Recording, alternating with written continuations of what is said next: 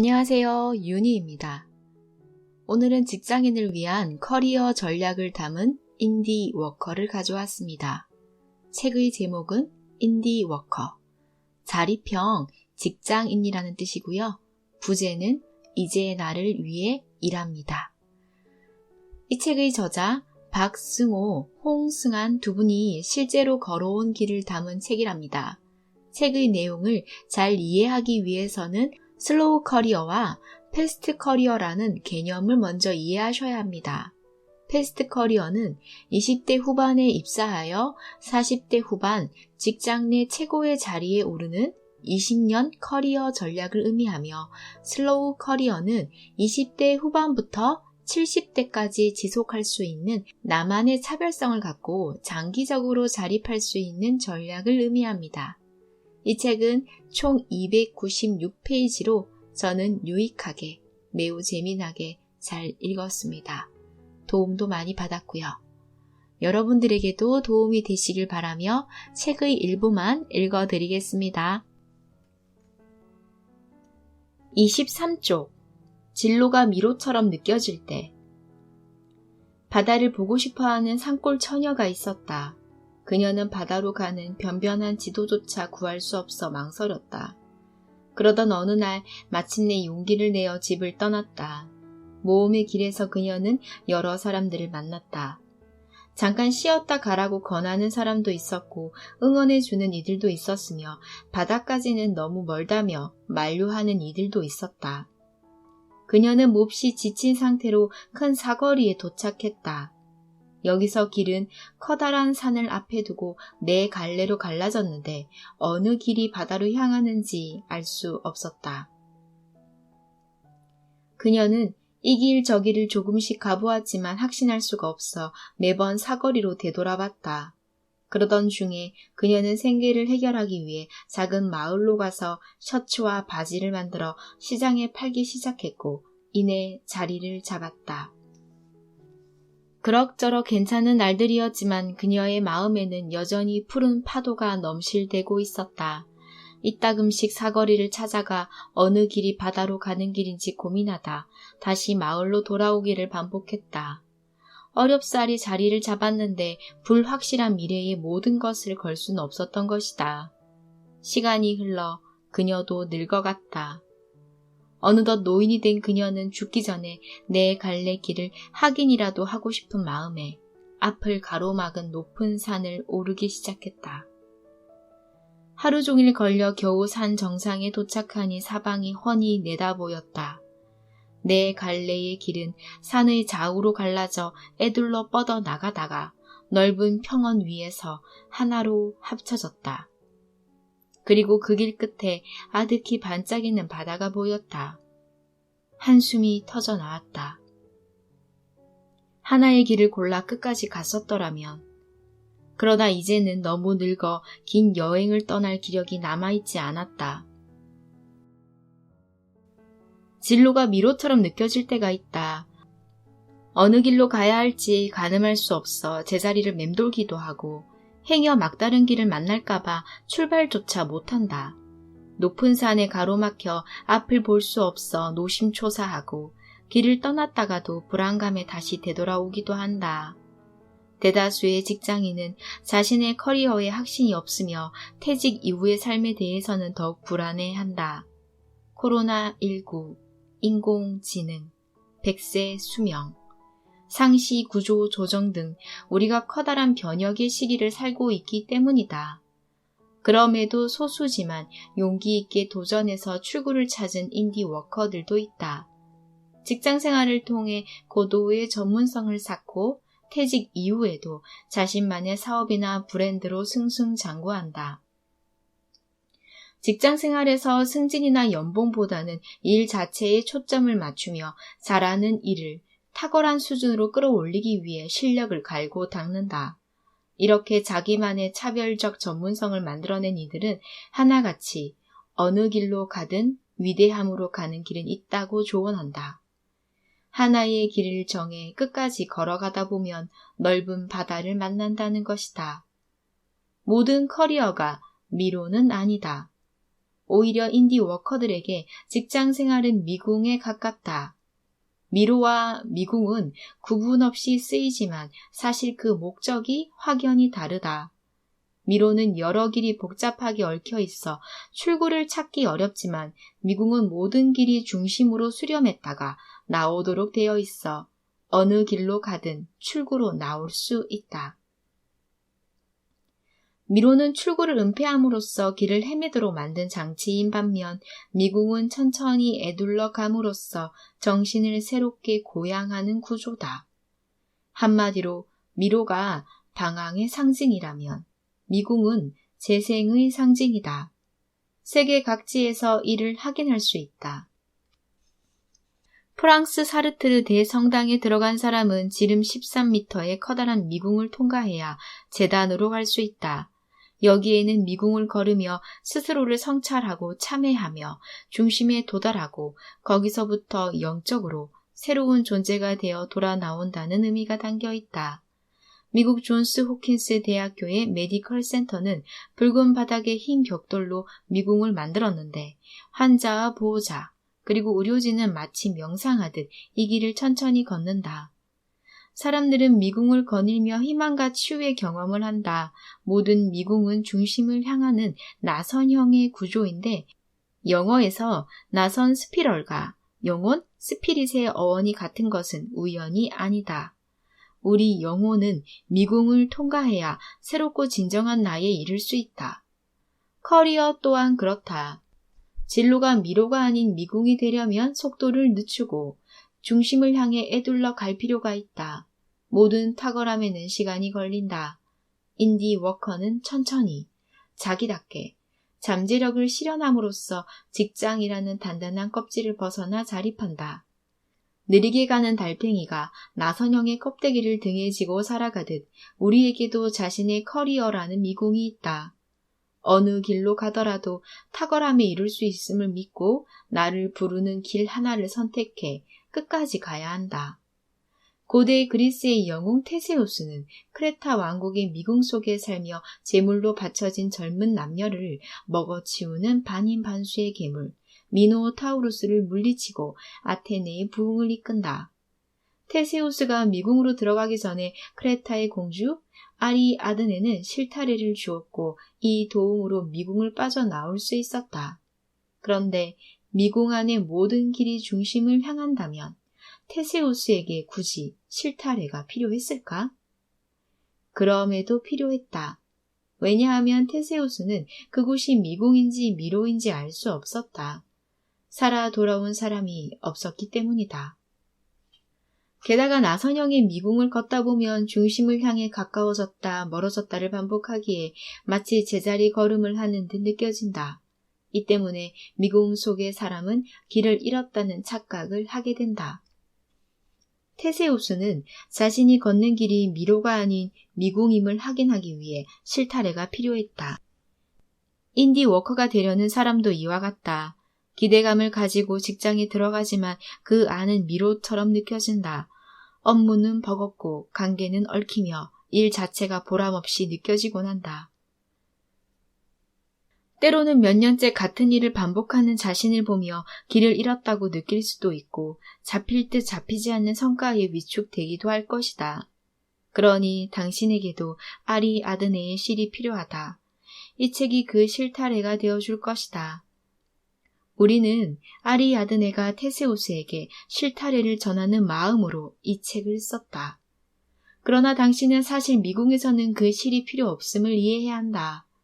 미로 같은 공간이지만 자신의 길을 찾아 충실히 걷다 보면 어느 순간 이 길의 끝에 푸른 바다가 놓여 있음을 깨닫게 될 것이다. 그리고 비로소 그때 실타래가 불필요해지듯이 이 책도 손에서 놓게 될 것이다. 그것이 이 책의 진정한 목적이다. 두 사람의 커리어는 왜 달라졌을까? 앞으로의 진로에 대해 의논하고 싶어서요. 몇 해 전 진로 고민으로 각기 나를 찾아온 두 직장인이 있었다. 두 사람은 나이와 경력이 비슷했다. 모두 30대 초반이었고 L전자와 S전자 연구소에서 연구원으로 5에서 6년째 일하고 있었다. 둘 다 기업 교육, HRD 쪽의 일에 관심이 있어 직무 변경을 원했는데 그 동기는 조금 달랐다. A는 자신의 일이 보람이 없다. 혼자 틀어박혀 연구하기보다는 사람들의 성장을 돕는 일을 하고 싶다고 했고, B는 지금 하는 일이 싫지는 않지만 사람들과 관계 맺고 소통하는 일을 더 잘할 수 있을 것 같다고 했다. 나 역시 공학을 전공했지만 HRD로 진로를 바꿨기에 그들의 고민이 이해가 갔다. 이야기를 다 듣고서 몇 권의 책을 추천해주며 지금의 일에서 재능을 살려 해볼 수 있는 일들, 예컨대 사내 강의나 지도 선배 같은 걸 맡아서 해보라고 조언해 주었다. 그리고 이듬해 연초가 되자 두 사람은 사내에서 직무 전환을 통해 인사팀으로 이동했음을 각각 알려왔다. 불과 몇 달의 시간차를 두고 흥분과 기대에 찬 목소리가 전화기를 타고 흘렀다. 축하를 전하면서 동시에 작가로서의 호기심으로 두 사람을 지켜보게 되었다. 과연 이들의 진로는 어떻게 펼쳐질까? 시간이 흘러 나 또한 대기업 연수원으로 이직했고 사내 교육 담당자들의 컨퍼런스에서 우연히 A를 만났다. 반가운 마음에 인사를 나누며 참 잘됐다고 운을 뗐다. 그런데 그의 낯빛이 어두워 보였다. 커피 잔에 홀짝이던 그가 중얼거리듯 말했다. 교육부서에서 일한 지 1년 반 정도 되었는데 솔직히 잘 모르겠어요. 사람들 만나는 건 보람 있는데 만져지는 성과가 없는 것 같아요. 대학에서 공부했던 걸 썩히는 것 같기도 하고요. 요새는 내가 여기서 뭘 하고 있나 싶어요.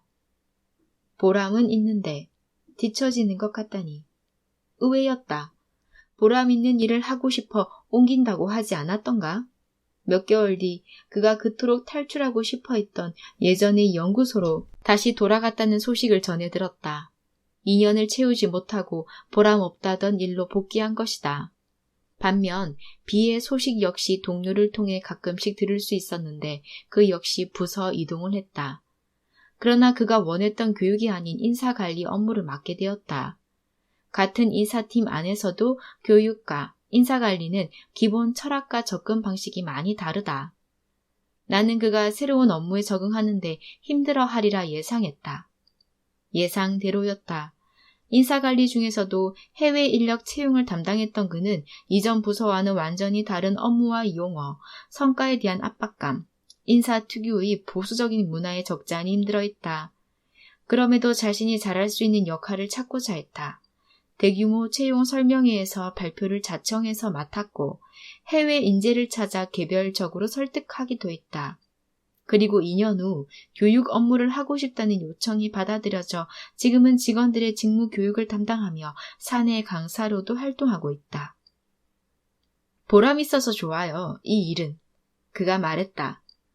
A에게서 들을 줄 알았던 보람이란 말을 B에게서 들으니 어리둥절했다. 몇 년간 이들의 궤적을 근거리에서 살펴보면서 궁금했다. 둘의 진로는 왜 그렇게 달라졌을까? A는 희망 직무를 맡았음에도 왜 그리 빨리 되돌아갔을까? B는 녹록지 않은 상황에서도 어떻게 이를 즐길 수 있었을까? 이제는 그 차이를 알 것 같다.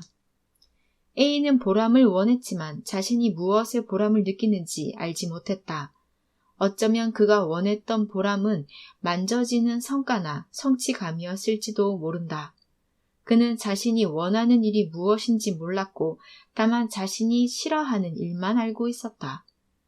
반면 B는 자신이 좋아하는 일이 무엇인지 알고 있었고 어떤 직무에서건 자기 강점을 활용하면서 성장할 기회를 보았다.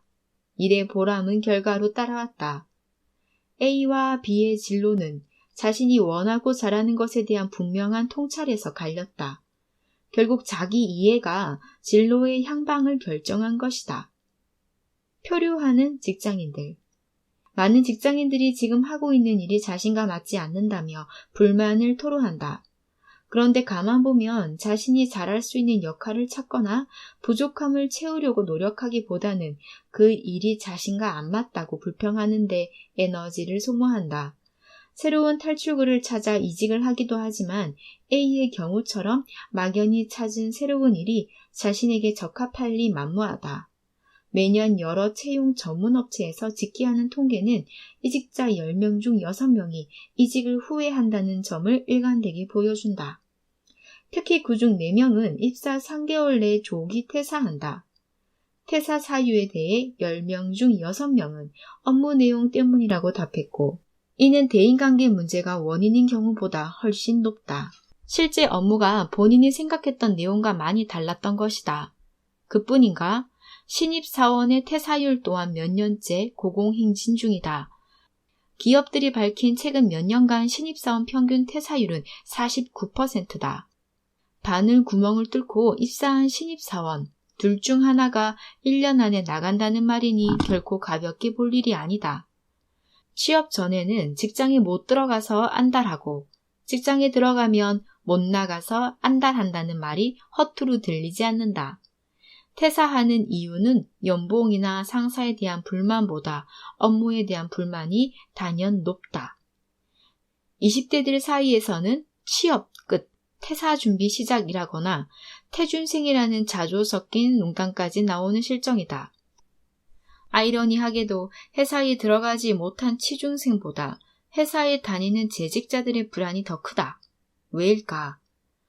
적어도 취준생들에게는 희망이 있다. 지금은 힘들지만 이 터널 끝에 출구가 있으리라는 기대가 크다. 그러나 재직자들은 직장생활 이후의 전망이 시히 그려지지 않는다. 새로운 일을 시작하기에도 너무 늦은 나이다. 희망이 보이지 않을 때 일상은 활력을 잃는다. 단테가 신곡에서 묘사한 지옥의 문 입구에는 여기에 들어오는 자, 모든 희망을 버릴지니라고 적혀 있다. 희망이 없는 곳이 지옥이다. 직장을 다닐 때 나를 가장 우울하게 했던 노래는 일요일이 다가오는 소리, 아쉬움이 쌓이는 소리, 내 마음 무거워지는 소리라는 가사로 시작되는 노래였다. 실제로 심장마비가 가장 많이 발병하는 요일은 월요일이다. 월요일 아침에 기대감으로 출근하는 직장인이 과연 몇이나 될까? 회사에 갓 들어갔건 몇 년을 다녔건 또 몇 번을 옮겼건 대다수의 직장인은 자신의 직무에 만족하지 못한 채 미래를 두려워하고 있다. 그들 대부분이 지금 하고 있는 일이 비전은 흐릿하고 보람은 적고 보상도 신통치 않아서 떠나고 싶어 한다. 그렇게 수많은 직장인이 표류하고 있다. 그러나 현재에 대한 불만은 잘만 쓰면 변화의 절실함을 스스로에게 설득하기에 좋은 재료다. 궁죽통. 어려워야 비로소 지금 변화할 수 있는 절실한 힘을 갖는다. 다만 이 절실함은 방향을 가지고 있지 않다. 방향을 가질 때에만 힘은 유용한 원동력이 된다. 힘의 방향성을 실어주는 것이 바로 나이다. 나는 어떤 사람인가? 하는 자기 이해가 선행되어야 하는 이유다. 진로 고민의 기결점, 나는 누구인가? 청소년 시절 우리가 진로를 정하기 위해 가장 먼저 질문한 것은 무슨 직업을 가질까였다. 우리에겐 너무나 많은 선택지들이 놓여 있다. 그리고 너무 많은 선택권은 자유가 아닌 혼란과 무기력을 초래한다. 이른바 선택의 역설이다. 우리는 몇천 개나 되는 직업에 대해 제대로 알 수가 없다. 그러다 보니 자연스레 부모와 교사, 선배 등 주변 사람의 말과 언론을 통해 접하는 사회적 유행에 휘둘린다. 가령 앞으로는 변리사가 괜찮다던데? 라는 식의 단편적 정보로 후보 직업을 정하곤 한다. 이어 그 직업을 얻는 방법, 어느 대학, 어떤 학과를 가서 무슨 자격증을 따야 하는지 고민한다. 이런 방식의 맹점은 내면에서 출발하지 않았다는 것이다. 외부에서 주입된 꿈은 열정을 주지 못한다. 일에 어느 정도 익숙해지고 나면 서서히 왜라는 질문이 고개를 든다. 열심히 노력해서 원했던 변리사가 되었다고 해도 몇 년이 흐르면 내가 왜 이 일을 하고 있는 거지? 나랑 잘 맞지도 않은데. 라며 절레절레 고개를 흔든다. 많은 직장인들이 369 법칙, 입사 후 매 3년마다 반복되는 퇴사 고민을 말하는 것도 같은 맥락이다. 이런 공허감의 원인은 본질적인 질문을 하지 않았다는 데 있다. 우리는 거꾸로 질문해야 한다. what에 대해, 어떤 직업에 대해 질문하기 전에 먼저 why에서 시작해야 한다. why는 나는 어떤 사람인가, 진정 나다운 삶은. 왜 나는 이 일이 끌리는지, 왜 그 사람처럼 되고 싶은지를 묻는 과정에서 나라는 존재가 서서히 드러난다. 모든 진로 탐색은 바로 그 나에서 출발해야 한다. 중요한 질문이 외부가 아닌 내면 깊은 곳에서 움틀 때 비로소 우리는 튼튼한 뿌리를 내리고 성장할 수 있다. 대한민국 직장인들이 표류하는 결정적인 이유는 내면에 뿌리 내리지 않은 채 유동하는 외부에 시선을 두고 있기 때문이다. 표면적으로는 케이스 바이 케이스인 무수한 진로 고민들은 본질적으로 결국 나는 누구인가 라는 하나의 질문으로 기결된다. 진로 고민의 본질은 내가 진정 무엇을 잘하고 원하는지 모른다는 데 있다. 나를 찾아왔던 A와 B의 커리어는 바로 이 나에서 갈렸다. 과학사가 토머스 쿤의 말처럼 어떤 대답을 얻는가는 어떤 질문을 했는가에 달려있다. 새로운 삶에는 새로운 질문이 필요하다. 나는 누구인가? 진정 나다운 삶이란 무엇인가? 이 질문을 스스로에게 던지고 그 답을 탐구해 나가는 과정에서 우리는 새롭게 거듭날 수 있다. 이 책을 통해 나를 질문해 보라. 릴케가 말했듯이 질문을 사랑하며 품고 살아가다 보면 언젠가 그 질문의 해답 속에 있는 자신을 발견할 것이다. 이 책을 읽고 50세 퇴직 후에도 전문성으로 독자적인 사업을 이끌 수 있는 자립형 직업인, 인디워커가 되시길 바랍니다. 오늘도 함께 해주셔서 감사합니다. 여러분의 책 읽어주는 여자 윤이었습니다. 좋은 하루 되세요.